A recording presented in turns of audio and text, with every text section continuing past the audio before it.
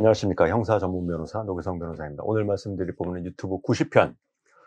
제가 직접 수행했던 성범죄, 중강간 혐의, 그리고 미성년자 강간, 13세 미만 강간 혐의, 그리고 강제추행 혐의, 어떤 세 가지 사건인데요. 경찰에서 모두 불송치 결정을 받았고, 그 이후에 검찰에서도 무혐의로 기록이 반환돼서 종결된 어떤 세 가지 업무 수행 사례를 직접 말씀드리고자 합니다. 첫 번째는 모텔에서 발생한 준강간 혐의였어요. 그러니까 이 부분은 제가 디테일한 사실관계를 말씀드릴 수는 없겠지만, 갑작스럽게 이제 경찰 수사관한테 연락이 왔고, 의뢰인분이 너무 놀랐습니다. 경찰 수사관이 갑자기 연락이 와서 당신이 준강간 혐의로 고소당했다. 그러니까 경찰서에 와라. 라는 어떤 그런 연락을 받으니 굉장히 위축되고, 그리고 선량한 시민분들 입장에서는 경찰이 전화가 왔을 때 경찰 수사관한테 뭔가 잘 얘기를 하고 뭔가 더 순응하는 모습을 보인다면 나한테 더 해코지하진 않겠지, 이런 착각을 하시는 분들이 많아요. 그러다 보니 경찰 수사관이 물어보는 말에 있는 그대로 술술술술술 다 말씀 주시는 그런 부분이 있는데, 그게 굉장히 큰 오판입니다. 제가 자주 쓰는 표현인데요. 경찰 수사관 분들을 좀 비하한다는 표현은 아니고, 상황을 설명드리면 마치 파리를 잡으려고 파리채를 들고 있는 그런 상황이 아닌가 생각이 돼요. 고소장이 접수되고 고소인문 조사를 하고, 그러다 보니 고소인의 말을 먼저 듣고, 그러다 보면 또 피의자의 인적사항을 조사하고 이 사람이 어디 살고 있는지 CCTV 확인하고, 그러니까 굉장히 악에 바치는 그런 상황이 생기는 거죠. 수많은 과정, 한 달 이상의 수사 과정을 거쳐서 드디어 피의자한테 전화를 하는 거죠. 당신 찾았다!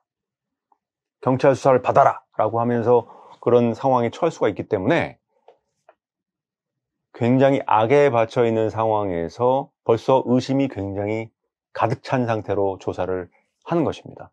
파리가 보면 바로 파리채로 잡듯이 우리 편이 아닙니다. 경찰 수사관분은 기소 의견으로 송치하는 것이 기본적인 역할이기 때문에, 물론 좀 무리한 주장이라든지 맞지 않는 사실관계 이런 걸 검토를 해주셔가지고 수사권 조정 이후에는 경찰 수사관분들이 좀 더 원활하게 사실관계를 잘 봐주시는 그런 사람들이 굉장히 많이 경험하고 있긴 하지만, 기본적으로는 파리채를 들고 파리를 잡으려고 하는 그런 어떤 그런 입장이 있기 때문에, 경찰 수사관 분께 갑작스럽게 연락을 했을 때 뭔가 혐의를 인정하는 듯한 어떤 그런 모습을 보인다면 오히려 더 빼도 박도 못하는 불리한 상황에 처할 수가 있습니다. 그런데 저희 의뢰인분 같은 경우도 성관계를 했죠? 라는 말에 네, 맞습니다. 그때 그 여자분하고 성관계를 했던 것 같아요. 라는 어떤 그런 말을 하고 전화를 끊었다는 겁니다.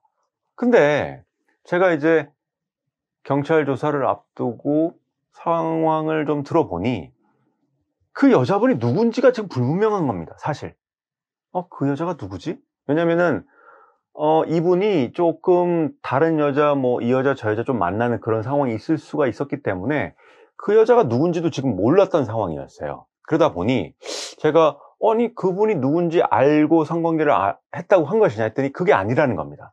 단순히 성관계를 했냐는 말에 그때 누군가를 만나 성관계를 한 것 같다라는 취지로 말을 한 부분이 있다는 거죠. 그래서 저희가 경찰에 갔을 때는 그 부분은 다른 여성분에 대한 부분을 좀 헷갈려서 진술을 잘못했습니다 라고 기존 경찰 수사관의 어떤 전화 통화에서의 내용을 좀 부인을 했고요.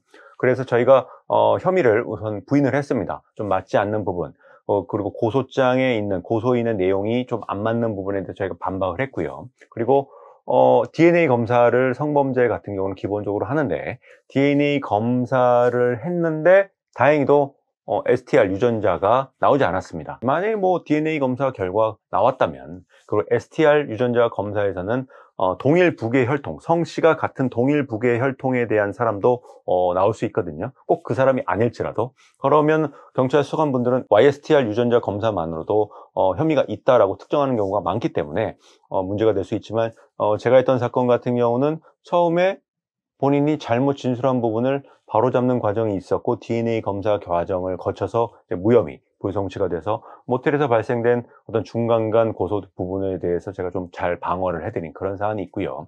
두 번째 같은 경우는 미성년자 자, 미성년자에 대한 어떤 강간 혐의였습니다. 이 부분도 경찰 조사 받았고 저희가 혐의를 부인했습니다. 다만 이 부분은 제가 뭐 다른 영상에서도 말씀드렸지만 무혐의를 계속 유지하면서 고소장 확인 이후에 고소인분하고 합의하는 그런 과정이 있었고요. 고소인하고 저 그리고 상대방 변호사 그리고 피의자 이렇게 사자 대면 과정을 거쳐서 합의하는 과정이 있었고 서로 대화하는 과정 그리고 약간 그 성범죄가 아닌 성적인 부분이 아닌 다른 부분에 대해서 좀 사과하는 이런 부분이 있었고 그런 과정 속에서 무죄 주장을 계속하면서 합의를 했고 그리고 합의서에도 저희가 비록 합의는 하지만 무죄 주장을 계속합니다라는 어떤 그런 문구를 넣어서 고소취하 및 처벌불원서를 받았고 그런 서류를 2차 경찰 조사 받기 전에 서류 제출을 했고 서류 제출 이후에 2차 경찰 조사를 받았고 그 이후에 무혐의를 받았고 검찰에서 다시 한번 검토를 했지만 무혐의로 기록이 반환되면서 불송치로 사건이 종결된 그런 사안이 있고요. 세 번째는 이제 강제추행 혐의. 강제추행 굉장히 많습니다. 뭐 성관계에 이르진 않았더라도 강압적인 어떤 신체 접촉이 있었다고 고소당하는 경우가 많은데 이분 같은 경우도 일관되게 무죄 주장, 일관된 무죄 주장은 당연한 것이고요. 고소장을 확인한 이후에 1차 경찰 조사를 받고 기소 의견으로 한번 송치가 됐다가 보완 수사 결정을 받아서 2차 경찰 조사가 또 있었습니다. 2차 경찰 조사 과정에서 저희가 또 계속 그 수사관이 의심을 품는 부분에 대해서 계속 아니라고 반박을 했고요. 4차례 정도 변호인 의견서를 제출했습니다. 첫 번째 기본적인 의견이 나가고 1차 경찰 조사에서 어떤 문제됐던 그런 부분을 보강하는 내용이 담긴 2차 서면이 있었고요. 보완 수사 결과 이후에 2차 경찰 조사 있고 2차 경찰 조사 이후에 또 3차 변호인 의견서 있었고 그리고 검찰로 다시 기소 의견으로 송치가 된 다음에 마지막으로 4번째 변호인 의견서를 제출을 했습니다. 그 이후에 검사가 안 부르고 바로 기소 의견으로 재판에 기소하는 경우가 대부분이지만 검사님이 저한테 직접 전화를 주셔서 조사를 받자라고 했습니다. 물론 제가 기소 의견으로 송치가 된 이후에 제가 다른 영상 기소 의견으로 송치가 됐을 때 검사를 찾아가서 읍소하는 방법에 대한 어떤 그런 영상도 제가 만들어 놓은 게 있는데요. 제가 한 2번 정도 소환 조사를 해달라고 끈질기게 요청을 했습니다. 계속 저희는 결백하니 소환 조사를 해주세요 라고 제가 한 서면을 2번 정도 제출을 했습니다. 한 번 내고 한 달 정도 연락이 없어서 또 소환 조사를 해달라고 요청을 했고 그랬더니만 제가 이제 계속 이렇게 소환 조사 해달라는 것에 대해서 조금 응답을 해주시는 것처럼 기회를 주셨습니다. 그리고 제가 딱 갔을 때 수사관분하고 검사님이 이 의뢰인이 잠깐 나가 있을 때 저한테 살짝 귀뜸을 줬어요. 변호사님이 이 서면을 하도 많이 제출을 해가지고 이거는 조금 좀 의심 가는 부분이 있기 때문에 그거를 확인하고 싶다. 그러니까 확인하고 싶죠. 왜냐?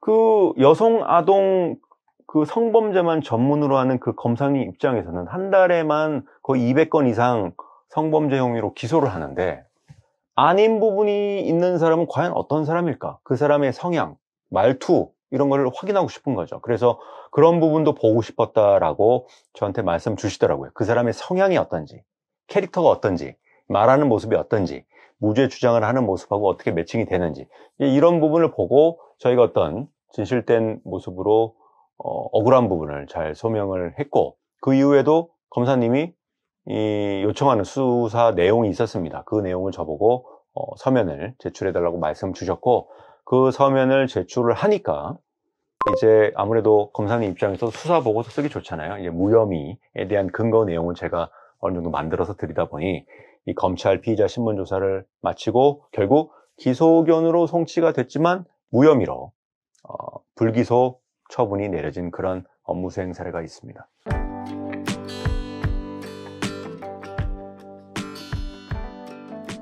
모텔에서 중간간 그리고 13세 미만 미성년자에 대한 어떤 강간 혐의 그리고 강제추행 혐의였는데요.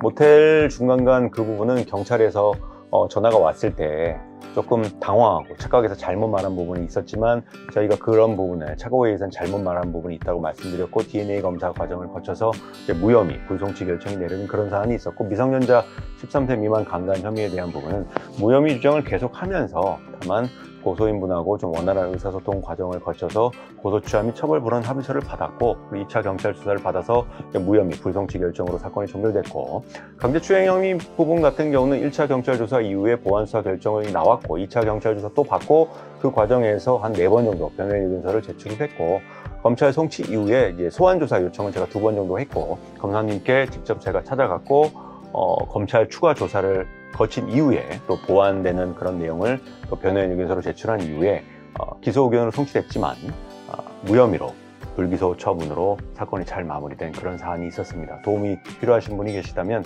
제가 직접 업무 처리를 하고 도와드리기 때문에 제게 연락 주시면 제가 도움을 드릴 수 있도록 하겠습니다. 감사합니다.